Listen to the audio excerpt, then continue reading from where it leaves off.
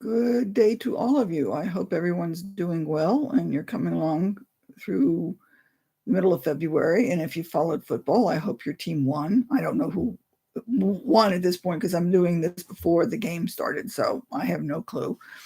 But whatever's happened, I hope it worked out well for you. Today, I've got two quotes that may not seem to be connected, but at least the way I'm looking at them are. Now, the first one is from at least attributed to Mark Beck. The way we do anything is the way we do everything. Now, that may seem a little odd or maybe a little strange, but I would say that if you think about it, it's probably more connected to what you do actually than anything else than you may give it credit for. For example, do you go through your day thinking in terms that you've got to get certain things done and that basically all of the things that are on your day are just the to-do list items that you're just trying to get through and check them off?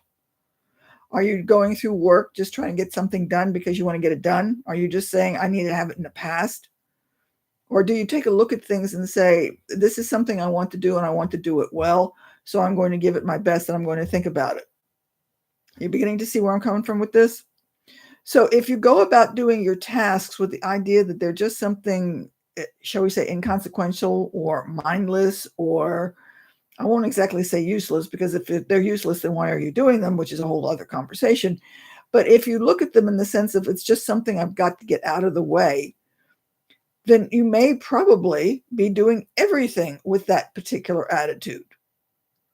And then if that's the case, how do you expect to do anything really well? How do you shift gears, so to speak, if you think in terms of everything is something I've got to get out of the way, into getting something like I need to focus my attention on this and do a really good job? Now, I'll come back to this in a few minutes because I've got the second quote that comes in here. This one came from James Clear. The more deeply a thought or action is tied to your identity, the more difficult it is to change. Now, let's think about that.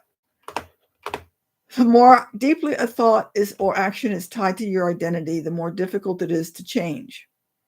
So you're saying, well, what do you mean by that? So let's take the idea of procrastination. If you've got the belief that you're a procrastinator, and that's your belief system, when you do those things, whatever those things happen to be, do you tend to go about them as if you're procrastinating? So are you looking at the task you're having to do and you've got this thing in your head that says, I'm a procrastinator, so that gets tied into how you go about getting things done? So if your identity, if you will, is that of a procrastinator, you're probably not going to get started on things before they're due. You're going to wait until the last minute because, quote, that's your identity. That's who you are. If you tend to be slow, or I tend to be good, I'm not good in math, is what I hear a lot. That tends to be something that becomes part of your identity. And so how do you expect to ever get anything done, or how do you expect to do well in a math class when that's part of your identity? It may not be all what I'm not good in math may be based on the fact that maybe you had a lousy teacher in math when you were in second grade, or you got sick and you missed out of school, or some such thing like that. Because what you're doing, in a sense, we'll go back to the title of this, is are you thinking forward or are you thinking backwards? Because what you may be doing is not thinking in terms of what the task is that you're trying to do now, but you're trying to think in terms of your identity and what's happened to you in the past.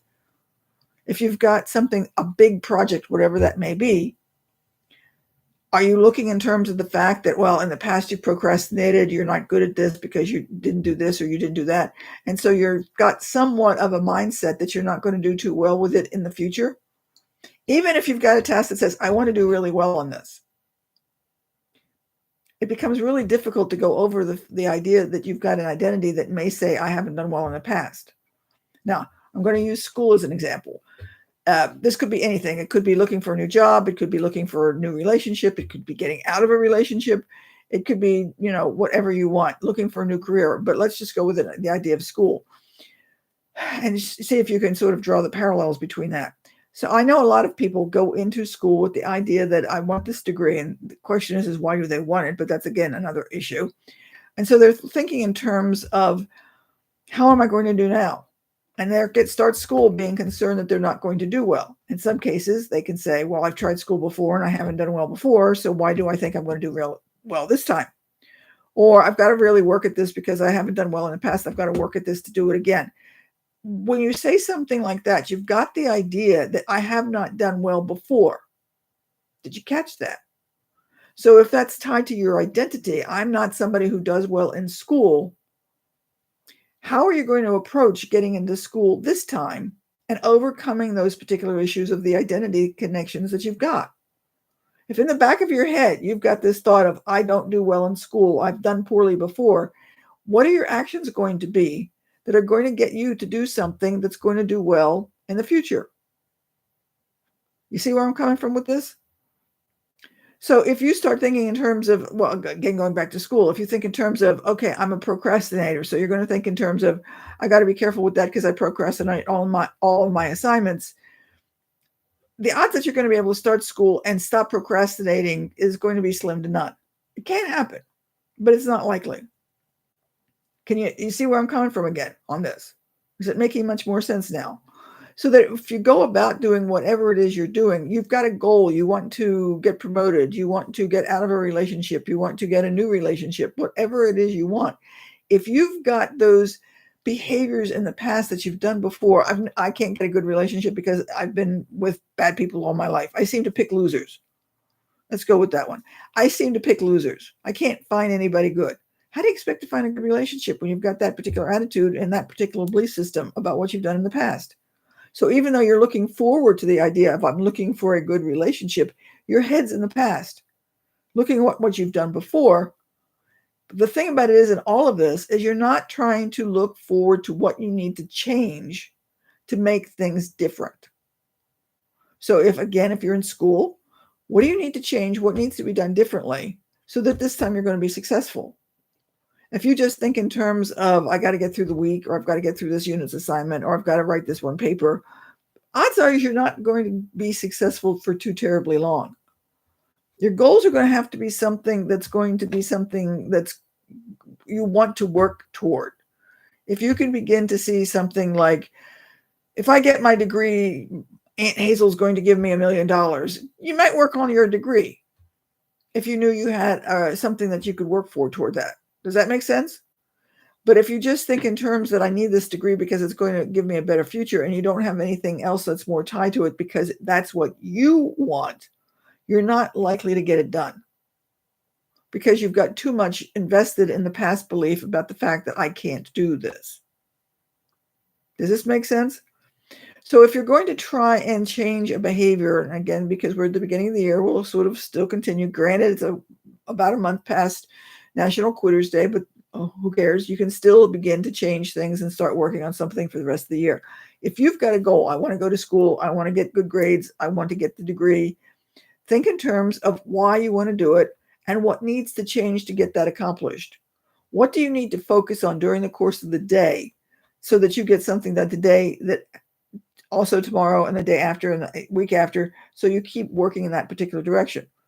Going back to what I said at the beginning of this, if you just look at everything you've got to do today as items that you have to do to check it off to say, okay, it's done on my to-do list, odds are you're probably not going to do any better in school this time than you did last time. Need to think in terms of, okay, how do I need to approach school? How do I need to approach my studies? That's going to be different, so I'm going to get something out of it because I want to do this. I want to learn. If you want to do something with a relationship, okay, what have I done in the past and what are the relationships? What might I need to do differently this time to get a change in that particular behavior? If you want to get promoted, what have I not done in the past? When people have come close to thinking about promoting me, what have I not done? What do I need to do this time? And start focusing on that specific item and get other people's opinions, for one thing.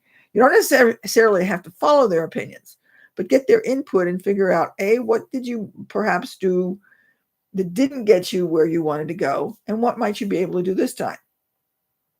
Maybe you know, and you just don't want to do it. Then you have to figure out whether or not you really want to have that particular goal or whether you just want to stay with where you are. So the question I've got is, as you go through this week, think in terms of, are you just doing things to be able to check it off of a list, or is the thing that you're doing something that's really going to get you to where you want to go?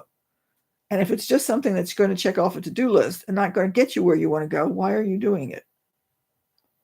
Now, if there's a reason for doing it, like keeping the house clean because you don't get sick, okay, that's a particular goal. But if you're just doing something, eating a bag of Doritos while I'm sitting there watching Netflix, what's that going to do to where you want to be?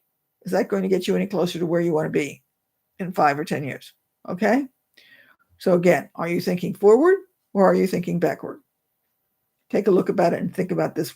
Take a look at it. Think about what you're doing and, make a comment to me and let me know where you're coming from with this. I hope this made sense. If it didn't, make a comment and ask me questions about it. Let me know what you've discovered, and we'll probably talk about this later. I hope it's been helpful. So have a good week and bye.